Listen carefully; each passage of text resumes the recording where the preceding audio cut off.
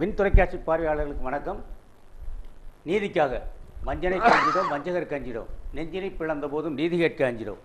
இன்றைய நீதிக்காக நிகழ்ச்சியில் நேற்றைய நடந்த சென்னை மாநகராட்சிக்கு எதிரான பிஜேபி ஆர்ப்பாட்டத்தில், அந்த கண்டன ஆர்ப்பாட்டத்தில் தமிழ் மாநில பிஜேபியினுடைய தலைவராக இருக்கக்கூடிய தமிழிசை சவுந்தரராஜன், திமுக அண்ணா திராவிட முன்னேற்ற கழக ஆட்சியினால்தான் தமிழகம் சீர்குலைவான நிலைக்கு தள்ளப்பட்டிருக்கிறது என்று ஒரு குற்றச்சாட்டை கூறியிருக்கிறார். தமிழக அமைச்சர்கள் அணுக முடியாத அமைச்சர்களாகவும் அதிகாரிகள் அணுக முடியாதவர்களாகவும் தொலைவிலே இருக்கிறார்கள் என்றும் பல்வேறு குற்றச்சாட்டுகளை தமிழக அரசின் மீதும் திமுக அதிமுக மீது பொதுவாக சொல்லியிருக்கிறார். இன்றைக்கு கூட அவர் எங்களுடைய தேர்தல் அறிக்கை தயாராகி கொண்டிருக்கிறது என்று சொல்லியிருக்கிறார். ஒருபுறம் எல்லாருக்கும் அண்ணா திராவிட முன்னேற்ற கழகத்துக்கும் பாஜகவுக்கும் இடையே ஒரு இணக்கமான நட்பு இருப்பதாக கருதி கொண்டிருக்கிற வேளையில் பாஜகவுக்கு என்று ஒரு தனியான தேர்தல் அறிக்கை தயாராகிறது என்றெல்லாம் சொல்லி கொண்டிருக்கிறார்.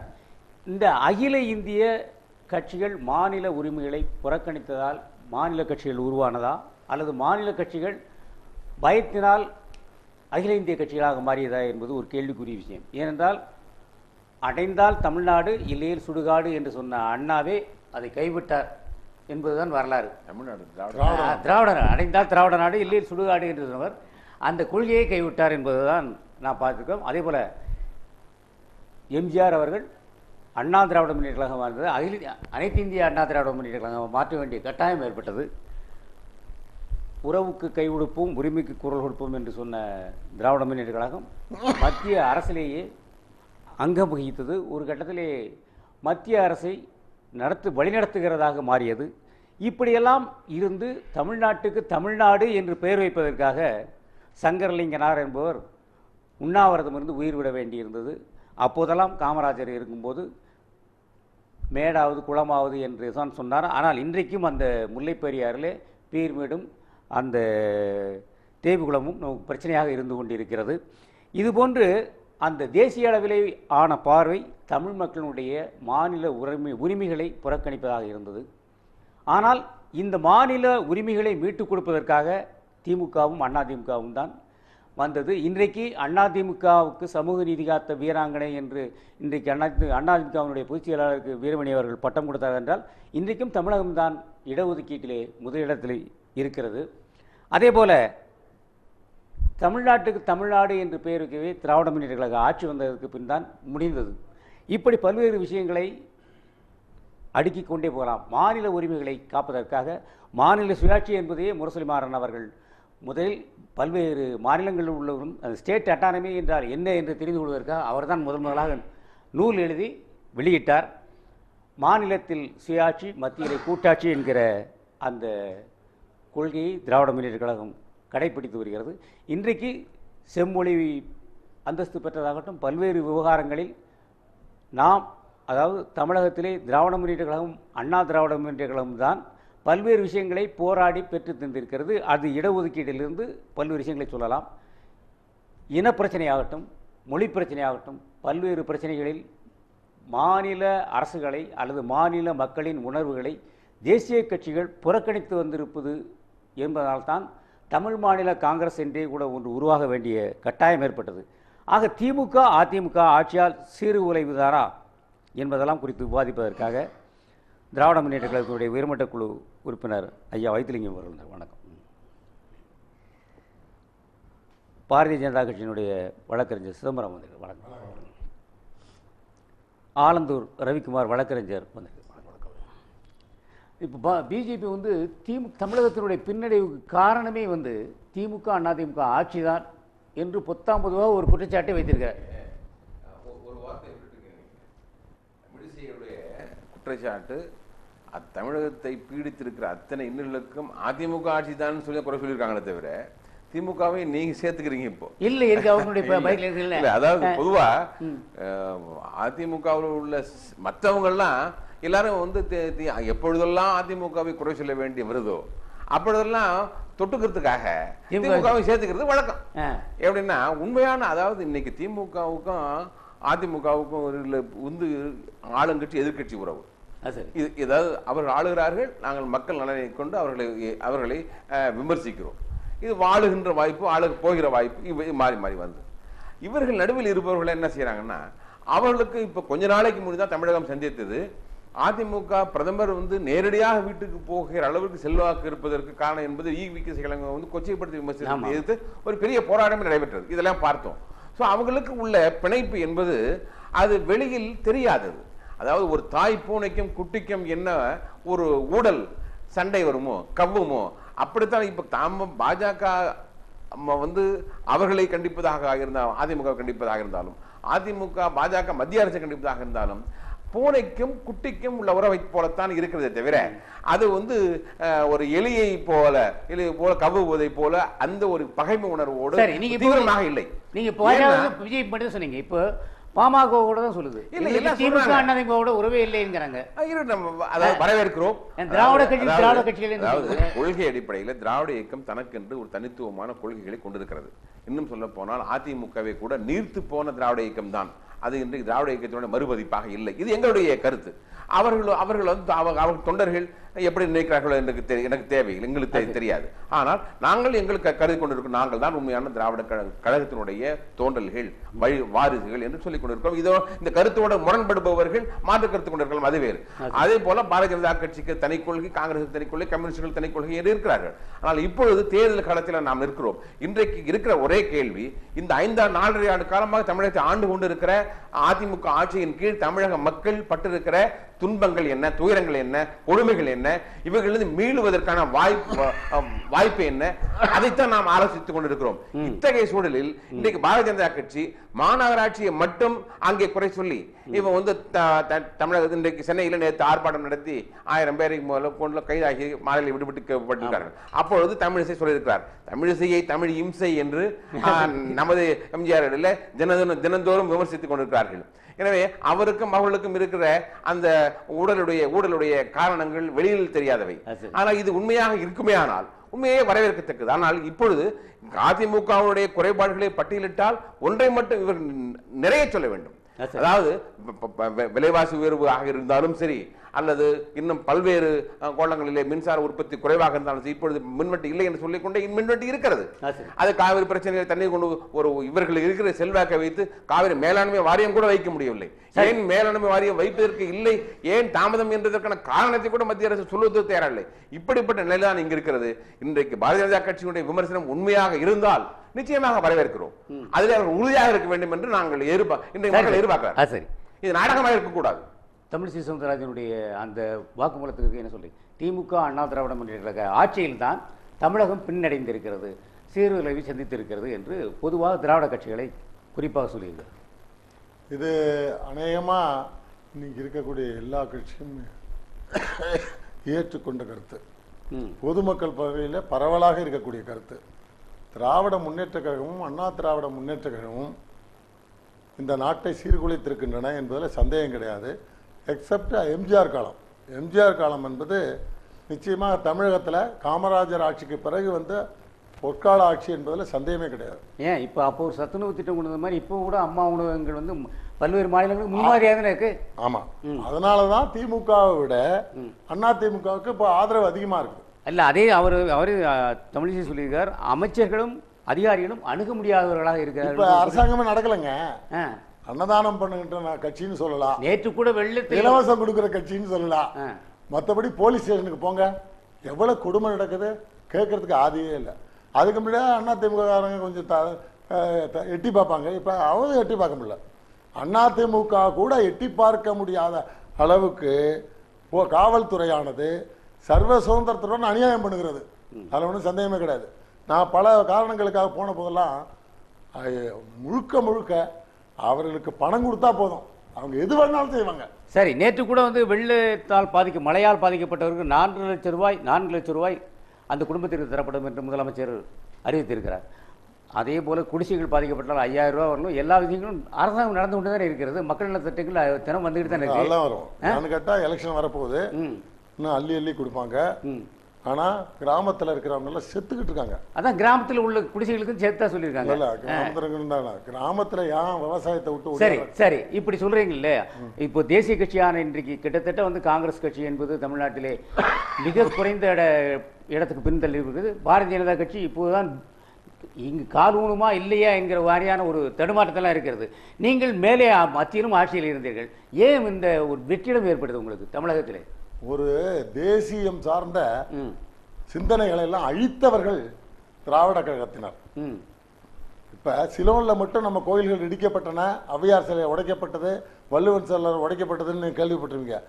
ஈவேரா இங்க இருந்த போதே உடைக்கிறதுக்கு திட்டம் போட்டாரு, மதமாற்ற சக்திகளுக்கு துணை போனாரு. அல்ல, திராவிட கட்சிக்கும் திமுகவிற்கும் வித்தியாசம் இருக்கிறது. பெரியாருக்கு இவர் ஒன்றே குலம் ஒருவனை தேவன் சொல்லி அவங்க வழி வந்தவங்க தானே, அவங்க வழி வந்தவங்க தானே. இங்க கோயில்லாம் பராமரிப்பு இல்லாமல் இந்த பாருங்க, உயர்வு தாழ்வு என்பது தமிழர்களின் ஆன்மீகத்தில் கிடையாது. வேதத்தில் இல்லை, கீதையில் இல்லை என்று சொன்னார்கள். உண்மையாக தமிழ் இலக்கிய இலக்கணங்களில் உயர்வு தாழ்வு கிடையாது. சரி, அப்படியான உங்களுடைய இப்படி ஒரு மாபெரும் லட்சியத்தை வைத்திருக்க உங்க கட்சி பெருமளவில் வளர்ந்திருக்க வேண்டும் இல்லையா? வளர்ந்து கொண்டிருக்கிறது, வளர்ந்து இருக்கணும். ஆட்சியில் இருந்தவர்கள் நிச்சயமாக வளர்ந்துருவோம். காங்கிரஸ் எல்லாம் வளர்றதுக்கு வாய்ப்பே இல்லை. கம்யூனிஸ்ட் சுத்தமா விலைவாசி போராட்டம் பண்ணியே கிராமத்து மக்கள் அழித்து விட்டார்கள். எனவே கிராமத்து விவசாயிகள் பாதிக்கப்பட்டது கம்யூனிஸ்டால. இனிமே கம்யூனிஸ்ட் வர போறதில்ல. சரி, ஒரே ஆல்டர்னேட்டிவ் பாரதிய ஜனதா கட்சி. சரி ரவிக்குமார், நீங்க சொல்லுங்க. அதான் அண்ணா திராவிட முன்னேற்ற கழக அமைச்சர்கள் அணுக முடியாதவர்களும் அதிகாரிகள் அணுக முடியாதவர்களும் இருக்கார். அண்ணா திராவிட முன்னேற்ற கழக ஆட்சி மிகப்பெரிய சீர்குலைவை தமிழகத்திற்கு கொடுத்திருக்கிறது என்று குற்றம் சாட்டியிருக்கிறார். ரெண்டு விஷயம். ஒன்று நீங்கள் அமைச்சர்கள் அணுக முடியாதவர்கள் என்று சொல்வது முற்றிலும் மறுக்கிறேன். என்றால் நான் காஞ்சிபுரம் கிழக்கு மாவட்டத்தில் இருக்கேன். எங்கள் டிகேஎம் சின்னையா நீங்கள் தனிப்பட்ட ஊடகவியல் யாரும் நாங்கள் பொய்லாம் சொல்ல முடியாது. நேரடியாக வீட்டான போனீங்கன்னா ஒரு துண்டை போட்டுன்னு காலையங்காத்தால யார் வேணால் சந்திக்கலாம். அது எதிர்கட்சி, மாற்று கட்சி, அந்த கட்சி, இந்த கட்சிலாம் கிடையாது. யார் வேண்டுமென்றாலும் காலை மாலை அவரோட அரசாங்கத்தால் வழங்கப்பட்ட இல்லத்திலும் சந்திக்கலாம், எங்கே வேணால் சந்திக்கலாம். எங்கள் அதிகாரிங்க எல்லாரையும் சந்திக்கலாம். ஒரு கவுன்சிலர் சந்திக்கலாம், ஜோன் செல்வன் சந்திக்கலாம், எம்எல்ஏ வெங்கட்ராமனை சந்திக்கலாம், எல்லாருமே சந்திக்கலாங்க. இந்த சந்திக்கவில்லை என்பது யாராவது ஒருத்தர் போய் நான் போனேன், என்னை பார்க்க மறுத்து விட்டார்கள், எங்களை கோரிக்கையை ஏற்கவில்லை அப்படிலாம் சொல்லவே முடியாது. ஆனால் டிசிஷன் எடுக்க முடியாது. ஏன்னா நான் ஒரு எடுத்துட்டு அதோட அதிகாரிகளை கேட்டு இது வாய்ப்பு இருக்குதா வாய்ப்பு இல்லையா, எல்லாருமே நீங்களே கூட ஒரு மனு கொடுத்தவொடனே எஸ் கமாண்ட் அப்படின்னு சிக்னேச்சர் போட முடியாது. அது அந்த விஷயம் பொதுமக்கள் பார்வைக்கே விட்டு விடுகிறேன். ஒரு அமைச்சரையும் பார்க்க முடியவில்லை என்று சொன்னால் அந்த அமைச்சரின் கதி என்ன என்பது அவருக்கே தெரியும். நம்ம மக்களை புறக்கணிக்க முடியாது. நான் படாடோலாம் வாழ முடியாது. அவர்கள் தினந்தோறும் அந்த கல்யாணம் என்ற விஷயங்கள் மேயராக இருந்தாலும் சரி யாராக இருந்தாலும் இது இன்னொன்று ஆழமாக யோசிக்கணும். இந்தியாவில் இருக்க எல்லா கட்சியத்துங்க அதிமுகவிற்கு மட்டும்தான் முஸ்லீம் எங்களுக்கு எதிரி கிடையாது, தாழ்ந்தவன் உயர்ந்தவன் எதிரி கிடையாது, எஸ்சி வன்னியர் இந்த எதிரி கிடையாது. ஆத்திகம் நாத்திகம் என்ற இப்போ திராவிட முன்னேற்ற கழகம்னா கோயிலுக்கு போனா அவரு தீச்சட்டி சுமந்தாருன்னா உடனே அவர் மேல இதெல்லாம் நடந்த வரலாறு. நான் பொய்யாலாம் இட்டுக்கட்டலாம் சொல்ல. அந்த மாதிரி பிரிவினை அதிமுக இருக்காது. இப்போ பிஜேபி எடுத்தீங்கன்னா முஸ்லீம் ரொம்ப ஆதரவு கொடுப்பாங்களா இல்லையான்னு உங்களுக்கே தெரியும். ஆனா அதிமுக அந்த பிரிவினை எந்த விதமான இந்தியாவிலே ஒரே ஒரு கட்சி தான். அதாவது தனிப்பட்ட எனக்கு நான் கோயிலுக்கு போகணுன்னு இருக்கலாம், கோயிலுக்கு போன வேணான்னு இருக்கலாம், எனக்கு முஸ்லீம் பிடிக்கலாம், எஸ்சி பிடிக்கலாம், ஒன்னியர் நீங்க பொதுவா மக்கள் பேச கலைஞர் திருமாவளவன் டச் பண்ணாருன்னா ஒன்னியர் விட்டாரு, ஒன்னியரை டச் பண்ணாருன்னா இவரை கைட்டிடுவாரு இப்படின்றது நான் சொல்ல. பொதுவா அந்த மாதிரி ஒரு குற்றச்சாட்டு எந்த காலகட்டத்திலையும் வராத ஒரே கட்சி ஆரம்பத்திலிருந்து இன்றளவு இதை மனசாட்சி உள்ள யாரும் எந்த கட்சியினரும் அவரை என்னோட சகோதரர் அண்ணன் என் தம்பியை ஒரு திராவிட முன்னேற்ற இருக்கலாம், அவங்க ஏடிஎம்ல இருக்கலாம், இதெல்லாம் ஒன்று தமிழிசை சவுந்தரராஜன் அப்பாவே காங்கிரஸ்ல இருப்பார், அதெல்லாம் எல்லாமே இருக்கும். ஆனா மனசாட்சியோட சொல்லணும், பிஜேபினா முஸ்லீம் ஒற்றுமையா இருப்பாங்களா? சரி,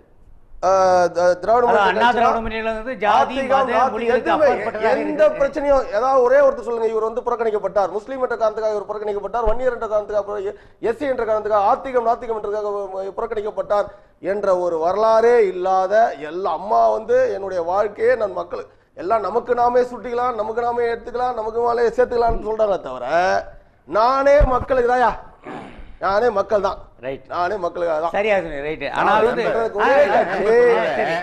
ஒரே கட்சி நீங்க ஊழல் குற்றச்சாட்டு இருக்கு, அது இருக்கு, யாருக்கு குடும்பம் பெருசு இருக்கு, யாருக்கு குடும்பம் இல்ல, யார் இறப்பிற்கு பிறகு சொத்து என்ன ஆகும் எல்லாம் மக்கள்லாம் கணக்கு போடுவாங்க. இவங்க இறந்த பிறகு என்ன ஆகும், இவங்க என்ன ஆகும் எல்லாமே எல்லாருக்கும் தெரியும். இப்ப நான் புதுசா ஒண்ணு சொல்லி இல்லங்க நாங்க பத்திரமா போனதெல்லாம் போட்டோம், இனிமேட்டு வந்தீங்கன்னா நல்லா ஆட்சி செய்வேன், நான் எத்தனை நாள்லாம் வரமாட்டேன், கடைசி 6 மாசம் தான் எல்லாருக்கும் தேடி வருவேன், எல்லாருக்கும் தெரியாது, நடிக்கிறது தெரியாதா? நடிகர்கள் அரசியல் வந்தால் நன்றாக அரசியல்வாதி ஆகிடுவார்கள், தேர்தல் வந்தால் அரசியல்வாதி தேர்தல் நாங்க அப்படி 4 ஆண்டுகள் ஆண்டுட்டோம், இப்ப கட்சி வருது அப்படிலாம் இல்ல, எப்பவுமே ஒரே மாதிரி தான். எல்லாரும் சொல்றாங்க மது ஒழிப்பு. நீங்க என்ன சஜஷன் சொல்றீங்க ரவிக்குமார், நீங்க இந்த மாதிரி எல்லாம் பேசணும்னு சொன்னீங்கன்னா ஓகே. இல்ல நீங்க என்ன ஒரு வார்த்தை சொல்றீங்க, சஜஷன் பண்றீங்க, இந்த மாதிரி சொல்றீங்க, சரிங்க சார் நான் இந்த மாதிரி எல்லாம் பேசக்கூடாது நீங்க சொல்றீங்க, எந்த மாதிரி பேசணும்னு சொல்லுவாங்க, அது நான் இப்ப சொல்ல மாட்டேன், நான் வந்து அந்த பவருக்கு வந்ததான் சொல்லுவேன். சரி நீங்க மது ஒழிப்பு கொள்கை உங்களுக்கு சிறந்த கொள்கை தான், எங்களுக்கு எல்லாம் வந்து தெரியல, அது நீங்க அதுக்கு வழி சொல்லணும், நான் வந்தா இத்தனை கோடியை சம்பாதிக்கிறது இந்த வழியை சொல்லுவோம். இல்ல அது நான் இப்ப சொல்ல மாட்டேங்க, இப்ப மக்கள் அப்படியே கொஞ்சம் என்ன அவங்க ஆட்சியில் நீங்க தானே ஆட்சியில் இருக்கீங்க, அவஸ்தைப்பட்டேன், நான் வந்தோட புதுசா ஒரு இன்ட்ரோடியூஸ் பண்ணி அதை முயற்சி செய்வேன், இப்படி ஒரு வார்த்தை, மதுவிலக்கு குறித்து முயற்சி செய்வோம், இப்பயே செய்ய வேண்டியதுன்னா நான் மக்களுக்காக தான், நாங்க வந்து ஆட்சியில் இல்லைனாலும் மக்களுக்காக வாழ்வோம், இந்த முறையில வந்து நீங்க பணத்தை சம்பாதிக்கலாம், ஆகையால நீங்க இது பண்ணலாம் அப்படின்னு, அதாவது நடக்க முடியாத செயல்கள் சொல்லக்கூடாது. இப்போ பிராக்டிகலா ஐஏஎஸ் ஆபீசர் சார் நீங்க வந்து அதாவது இப்ப இந்த நீங்க சொல்ற அதாவது பாதி உண்மை பாதி சரி. ஏன்னா ஸ்டாலின் சொல்றாரு அமைச்சராக இருந்தாலும் சரி வார்டு உறுப்பினராக 15 நாளைக்கு ஒரு முறை இல்ல அமைச்சர்கள் சந்திக்கணும், சந்திக்காத கட்சி நீக்கம் செய்யப்படுவாரா இனி வருங்காலங்களில் தான். ஆமா அமைச்சர்கள் வீடுகளில் சந்திக்க முடியும் என்பதை பற்றி இருக்கலாம், அதே போல எல்லோருக்குமான கட்சியாக நாங்கள் இருக்கிறோம் என்பதை கூட இருக்கலாம். ஆனால் ஒன்றும் மறைக்கிறார், அவங்களுக்கு வந்து உண்மையிலேயே சாதி மதம் நபர்கள் மொழி எதை பற்றியும் இல்லாத கவலை இல்லாத கட்சி தான் அதிமுக. ஒன்று மட்டும் இருந்தால் போதும், வசூல் அடிமட்டத்திலிருந்து நுனி வரை கமிஷன் கலெக்ஷன்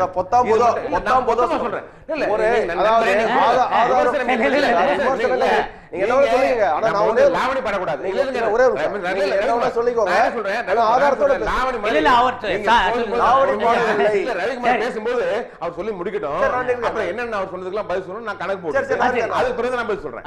நான் சொல்றது என்ன, நீங்க நான் பொறுப்பேற்றிட்டு அதனால அப்புறம் தான் முறையை தவிர. இப்ப என்னன்னா குற்றச்சாட்டே என்னன்னா இவர்கள் அடியிலிருந்து நுனி வரை அவங்க வந்து கலெக்ஷன் சாம்ராஜ்யம் நடத்தி கொண்டிருக்கிறார்கள், ஊழல் மிதக்கிறது, ஊழலில் மிதக்கிறது தமிழகம் அப்படின்னு சொல்லி குற்றச்சாட்டு. அதுக்கு வந்து சொத்து குவிப்பு நடக்குதுங்கிறத தாண்டி உச்சநீதிமன்றத்தில் மேல்முறையீடு தாண்டி இப்ப புதிதாக கூட இப்பொழுது கூட அவர் 1000 கோடி சேர்த்திருக்கிறார்களே, இந்த அதாவது விடுபடுத்தி நீதிமன்றம் எங்களை என்ன செய்யும் அப்படிங்கிற மமதையோடு மேலும் மேலும் குவிக்கிறார்கள் என்றெல்லாம் குற்றச்சாட்டு குவிகின்ற பொழுது மக்கள் மனம் கொதிக்கிறது. இவைகள் எல்லாம் அவர்கள் அறியாமல் இருக்கலாம், ஆனால் அறிய போகின்ற காலம் வரும், விரைவில் வரும். இது அதாவது நீ யார் கேட்பதற்கு நான் என்ன பதில் சொல்லணும் அப்படிங்கிற மமதை இருக்கிறது ஒன்று. இரண்டாவது, நீங்கள் மகாராணியா அல்லது மக்களின் சேவகரா என்று கேட்கக்கூடிய அளவிற்கு அவருடைய மனப்போக்கு இருக்கிறது. 2. மூன்றாவது, நண்பர் சொன்னார் ஆமாம் தலைவர் கலைஞர் மதுவிலக்கை அமல்படுத்துவோம் என்று சொன்னார். அவர் சொன்னதுக்கு பிற்பாடு சசி பெருமாள் மரணத்தில் கூட ஒரு பெரிய மாற்றம் ஏற்படவில்லை. ஆனால் அந்த கலைஞர் சொன்னதற்கு பிறகு மதுவிலக்கை அமல்படுத்தும் என்று சொன்னதற்கு பிறகு அதிமுகவை தவிர்த்து எல்லா கட்சிகளும் பாஜக உள்பட மதுவிலக்கை அமல்படுத்தும் என்று சொல்லக்கூடிய காங்கிரஸ் உள்பட அந்த ஒரு நிலைக்கு தள்ளப்பட்டு இருக்கிறார்கள். அதை எப்படி என்பதை நண்பர் சொல்லியது போல 30,000 கோடி எப்படி நாங்கள் அதை ஈடு செய்வோம் என்பதை பற்றிய எங்கள் வரைவு திட்டத்தை எங்களிடம் நீங்கள் எதிர்பார்க்கிறீர்களா? கேளுங்கள், கொடுக்க தயாராக இருக்கிறோம். உங்களுக்கு தெரியவில்லை என்று சொன்னால் நான் கலைஞர் முதல் கையெழுத்து என்று அறிவித்தார். அது எப்படி செய்யறீங்கன்னா நீங்க சொல்ற மாதிரி மலையை தூக்கி என் கையில தோல்ல வச்சா நான் தூக்குறேங்கிற கதை இல்லை. ஆட்சிக்கு வந்த பிறகு உடனடியாக செய்யக்கூடிய இந்த 30,000 கோடி வருமான இழப்பை எப்படி சந்திப்போம் என்பது நிகழ்காலத்தில் நடக்க போகிற ஒன்று. எனவே அதற்குரிய மாற்று வழிகளை மாற்று வழிகள் என்று சொன்னால் எவ்வளவோ அதை வருவாய் ஈட்டுவதற்கான வழிகள் 1000 அவைகளை செய்வோம் என்பதுதான் பொருளை தவிர அதை இப்பொழுதே நீங்கள் சொல்லுங்கள் என்று சொல்லுவது ஆள தெரியாதவர்கள் சொல்லுகிற கூற்றாகத்தான் பார்க்க வேண்டும். நம்ம சிதம்பரத்தை பொறுத்த வரையில இப்போ வந்து தத்துவார்த்தமான சில கேள்விகள் நான் வச்சதெல்லாம் சொல்றாரு, அது வந்து பெரிய விஷயம். அதாவது தமிழர்களுக்கு ஆன்மீகம் கற்றுக் கொடுப்பதற்கு உலகில் எவனும் பிறக்கவில்லை, பிறக்க வேண்டிய அவசியமும் இல்லை. தமிழனுக்கு மிஞ்சினவன் உலகத்தில் எந்த மதத்துக்காரனும் எந்த உலகத்துக்காரனும் இல்லை. யாதும் ஊரே யாவரும் கேளீர் அன்பே சிவம் என்றெல்லாம் சொன்னார்கள். ஒருவனே குலம் ஒன்றே குலம் ஒருவனே தேவன், அதற்குள்ளே அனைத்தும் அடக்கம். இதுல இந்த வள்ளலார் கூட இறுதியிலே அனைத்தையும் தூக்கியது மதம் சாதி குப்பைகள் எல்லாம் சாத்திர குப்பை என்று சொன்னார். இவர்கள் இந்த குப்பைகளை கட்டி மாரடிக்கிறவர்கள் அழட்டும், ஆனால் அவர்களுக்கு மேலாக இருக்கிறவர்கள் தமிழர்கள். ஆன்மீக அறிவை எங்களுக்கு போதிக்க வேண்டாம் ஒன்று. இரண்டாவது, அந்த சிறுபிள்ளைத்தனமாக தான் நாங்கள் பார்க்கிறோம். இவைகளெல்லாம் இப்பொழுது நடக்கிற மதத்தின் பெயரால் நடக்கிற அத்தனையும் அயோக்கியத்தனம், அது தேவையே இல்லை. மதம் தனிப்பட்ட மனிதன் சார்ந்தது. அவர்கள் அரசு கொடுக்க வேண்டிய அவசியம் இல்லை. அவன் யாராக இருந்தாலும், கிறிஸ்தவனாக இருக்கட்டும், முஸ்லீமாக இருக்கட்டும், இந்துவாக இருக்கட்டும், யாராக இருந்தாலும் அது அவர் தனித்துப்பட்டவனுடைய நம்பிக்கை. அவன் வாழட்டும், அவன் விருப்பப்படி. அதை அரசியலாக்க ஆதாயம் தேடக்கூடாது. ஒரு மாட்டுக்கறி தின்றால் பன்றிக்கறி முஸ்லீம்கள் விளக்குகிறார்கள். எந்த இந்துவும் ஏன் நான் பன்றிக்கறி சாப்பிடுவேன் என்று சொன்னா எந்த முஸ்லீமாவது கேட்கிறானா? ஏன் நாங்கள் விளக்குவது நீ சாப்பிடக்கூடாது என்று எந்த முஸ்லீமாவது தடுத்து நீங்க முஸ்லீம் செய்தாலும் தவறு, இந்து செய்தாலும் தவறு. இல்ல மாட்டுக்கறி நான் சாப்பிடுறது இல்ல, எனக்கு பழக்கம் இல்ல, சாப்பிடவும் மாட்டேன். ஆனா இன்னொருத்தருக்கு இருக்கிற உரிமையை நான் அங்கீகரிக்கிறேன், அவ்வளவுதான். ஒரு பிரச்சனை இன்னைக்கு ஒண்ணுனா இது எங்க போய் நிக்குதுன்னா, சித்தராமையா தலையை வெட்டுவேன் என்று பாஜகவுடைய ஒரு நிர்வாகியே தலையை சொல்லுகிற அளவிற்கு வளர்ந்திருக்கிறது. இது அனுமதிக்கலாமா? இது நல்லதா? இது வந்து மானிட குலத்திற்கு நாம் செய்கிற நீதியா? சரி, இன்னைக்கு பாஜகவுடைய தலைவர்கள் எல்லாம் இப்ப என்ன ஷாருக் பிரச்சனையில இருந்து சாதாரண ஒரு கருத்து சொன்னால் கூட பல குரல் மன்னர்களை போல 4 பேர் பேசுவாங்க, தலைமை இதெல்லாம் சரியில்லை, தப்பு அப்படின்னு அறிக்கை விடுவோம். நீங்கள் மறுப்பை எடுத்துக் கொள்கிறீர்களா, பேசுறவர்களை எடுத்துக் கொள்கிறீர்களா? பேசுறவர்கள் அங்கே தான் இருப்பார்கள், இன்னும் பேசிக்கொண்டுதான். சாட்சி மகாராஜ் அப்பொழுது இருந்து பேசிக்கிட்டு தான் இருக்காரு. சாட்சி மகாராஜ் பேசுறது அத்தனையும் தவறு என்று மேலும் சொல்லிக் கொண்டுதான் இருக்கிறது. அதாவது இரண்டும் தொடர்கிறது. அதில் மக்கள் புரிந்து கொள்ள வேண்டியதுதான் இவர்கள் யார் என்று. சரி, இப்ப சமீபத்திலே நேற்று மாலையில் நடந்த ஒரு விழாவிலே தேசிய பாதுகாப்பு ஆலோசகர் அந்த எம்.கே. நாராயணனை ஒரு மாணவர், ஒரு இளைஞர் செருப்பால் அடித்திருக்கிறார்.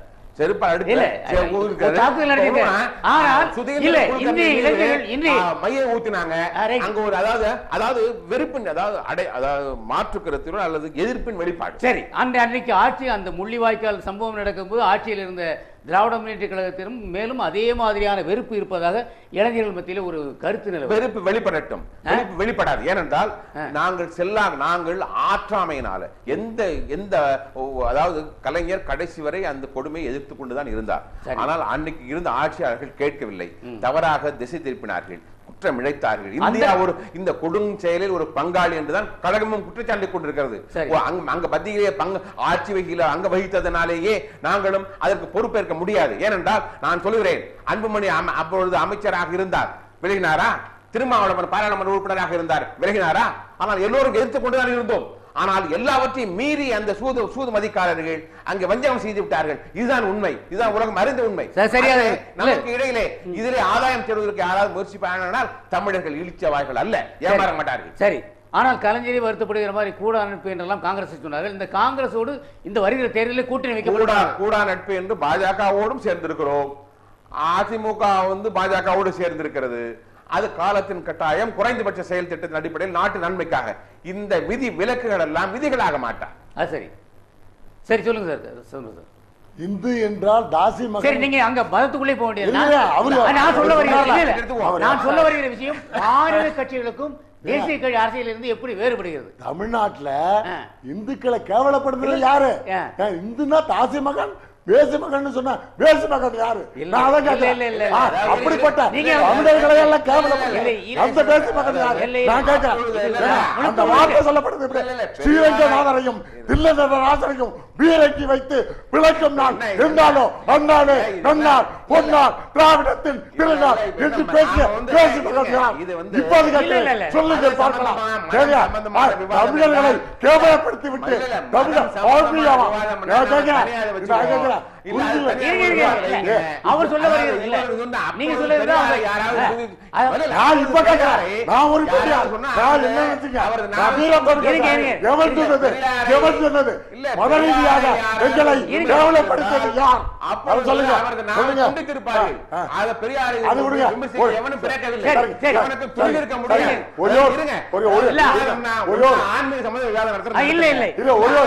அரசியல்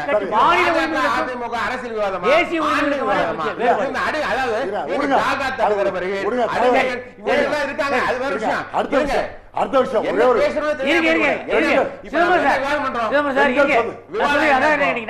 விவாதம் இல்ல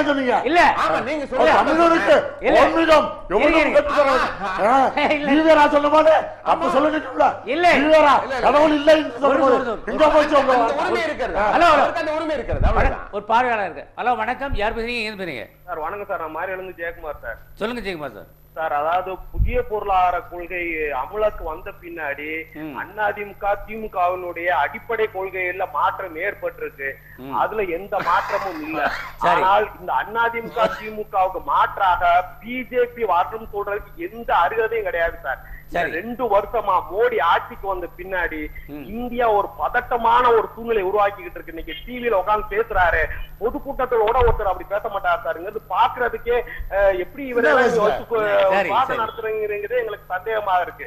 ஏன்னா அவ்வளவு ஒரு வெறித்தனமாக ஒரு பொது நிகழ்ச்சி எல்லாம் பேசிட்டு இருக்காரு, டிவி எல்லாம் ஒரு பொது நிகழ்ச்சி எல்லாம் பேசிட்டு இருக்காரு. இன்னைக்கு இவங்க மக்களுடைய உணர்ச்சிகளை கிளப்பி விட்டு, உணர்வை கூட இல்ல உணர்ச்சிகளை கிளப்பி விட்டு மதவாத ஜாதி அரசியலை இவங்க நடத்திட்டு இருக்காங்க. இவங்க இதை விட்டுட்டு வேற அஜெண்டாவே கிடையாது சார். இன்னும் சொல்ல போனா ஒரு இந்து அடிப்படையிலான ஒரு அரசியல் கட்சிக்கு இந்தியாவுல அனுமதி கொடுத்ததே தப்பு சார். அவங்களுடைய தாயம் அதாவது மற்ற எல்லா கட்சிக்கும் அரசியல் பிரிவு இருக்கும், பிஜேபி அரசியல் பிரிவு கிடையாது.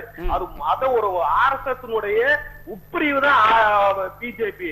இன்னைக்கு எந்த விதத்தையும் பிஜேபியினுடைய தலைவர்கள் கண்டிக்கவே இல்லை. ஆனால் இப்படி எல்லாம் பேசக்கூடாதுன்றதே கவனமாக பேசணும்னு சொல்றாங்க. நீங்க சொன்ன மாதிரி அவங்களுடைய பேச்சுகளை அவங்க கண்டிக்க கூட இல்ல. இந்த பேச்சுக்கெல்லாம் நீங்க பேசும்போது தலைவர்கள் கவனமாக பேசணும்னு சொல்றாங்களே ஒழிய இப்படி பேசின ஆட்களை கட்சியில இருந்து நீக்கி வச்சிருக்காங்களா, அமைச்சர் பதவியில இருந்து நீக்கி வச்சிருக்காங்களா, ஒரு காஷ்மீர் சட்டமன்றத்துல எம்எல்ஏவே அடிக்கிறாங்க. இங்க தமிழ்நாட்டுல இவங்களுடைய பப்பு வேறாது சார். இவங்களுக்கு இதை சொல்லுவதற்கு இங்க தகுதி கிடையாது. ஆனா நன்றி நன்றி நன்றி நன்றி தோழர் நன்றி. அதாவது நான் ஒரே ஒரு விஷயம் சொல்றேன் சார். பெண்கள் சொத்துரிமை சட்டம்னு ஒரு சட்டம் கொண்டாந்தாரு. ஆமா, நான் மதத்தை கடந்து சொல்றேன். சரி, பெண்கள் சொத்துரிமை சட்டம் அவசரப்படாதீங்க. அந்த சட்டத்துக்கு பேர் என்ன தெரியுமா? நண்பருக்கு தெரியாது. இந்து பெண்கள் சொத்துரிமை சட்டமா? ஏன் தமிழ்நாடு பெண்கள் சொத்துரிமை சட்டம் கொண்டாடல? கொண்டாந்துருந்தா அவ்வளவு கழுத்தை திருப்பி இருப்பாங்க.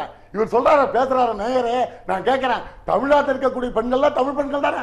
ஏன் தமிழ்நாட்டு பெண்கள் சொத்துரிமை சட்டம்னு கொண்டாடல? இந்து பெண்கள் சொத்துரிமை சட்டமா? ஏன்னா இந்து மட்டும் தான் இழுச்சவாயம். 60 வருஷமா இந்துக்களை மட்டுமே கேவலப்படுத்தி 3ஆம் தர குடிமக்களை ஆக்கின காரணத்தினாலதான் நாங்க கேட்கிறோம். கேட்கவே கூடாதான். 25 வருஷமா இந்த திருவல்லிக்கேணியில அம்மாவோட ஆட்சியில நாங்க ஊர்வலமே போக கூடாதான். கேட்பாரா அந்த நாயரே? ஏயா எல்லாரும் ஊர்வலம் போலாம் ஒரு ரோட்ல, இந்துக்கள் மட்டும் ஊர்வலம் போக கூடாதா? கேட்பாரா? சரி சரி சரி. இப்ப நீங்க ஒரு இந்துக்களுடைய பிரதிநிதியா இல்ல பிஜேபியினுடைய பிரதிநிதியா மன உணர்வை மதிக்கணும். சரி சரி சரி சரி, உங்களுடைய உணர்வுகளை மதிப்போம். ஆனால் கொஞ்சம் உங்களுடைய அந்த வார்த்தைகளை கவனித்து கூறுவது நல்லதாக இருக்கும். சிறிய இடைவேளைக்கு பின் தொடர்ந்து பேசுவோம்.